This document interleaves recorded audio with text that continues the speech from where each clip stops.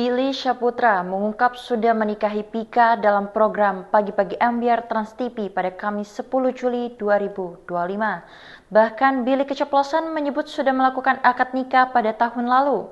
Terbaru, ayah Billy Syahputra, Nur Rachman yang ditemui awak media pun merasa senang memiliki menantu bule. Ya cakep lah, ucap Nur Rachman, dikutip dari YouTube Cumi-Cumi Selasa 29 Juli 2025. Kabarnya Billy dan Pika akan menggelar resepsi pernikahan di Anyer, Banten dalam waktu dekat ini.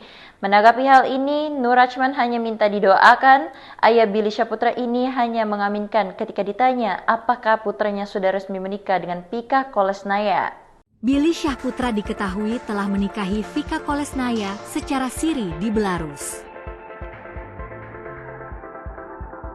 Kabar pernikahan Billy dan Vika tersebut dibocorkan oleh presenter Anwar Bab. Anwar menyebut adik Olga Syahputra itu telah menikah secara agama dengan Vika Kolesnaya. Menurut Anwar, Billy dan Vika melakukan nikah siri terlebih dahulu agar tak menimbulkan fitnah. Anwar mengaku sempat menyarankan Billy agar tak terburu-buru mengadakan pesta pernikahan.